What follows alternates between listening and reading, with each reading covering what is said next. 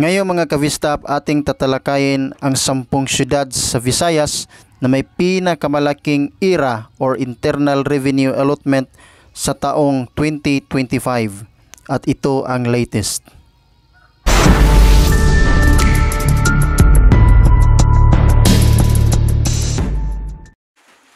Top 10.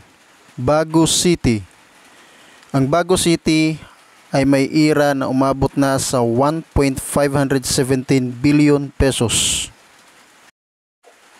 Number 9. Cadiz City.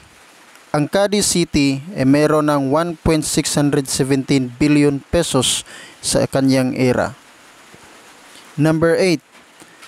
Iloilo City.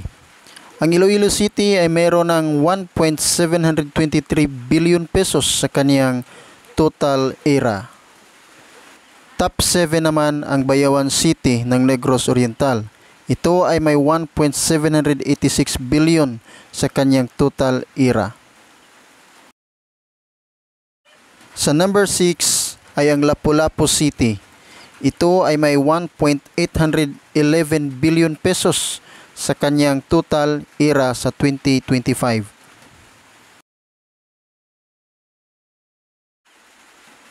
At number 5, Ormoc City ng Leyte. Meron namang 1.945 billion ang Ormoc City sa kanyang IRA sa taong 2025. Top 4 ay ang Kabangkalan City sa Negros Occidental.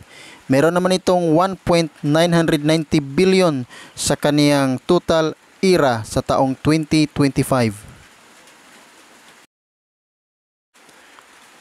Number 3, Calbayog City.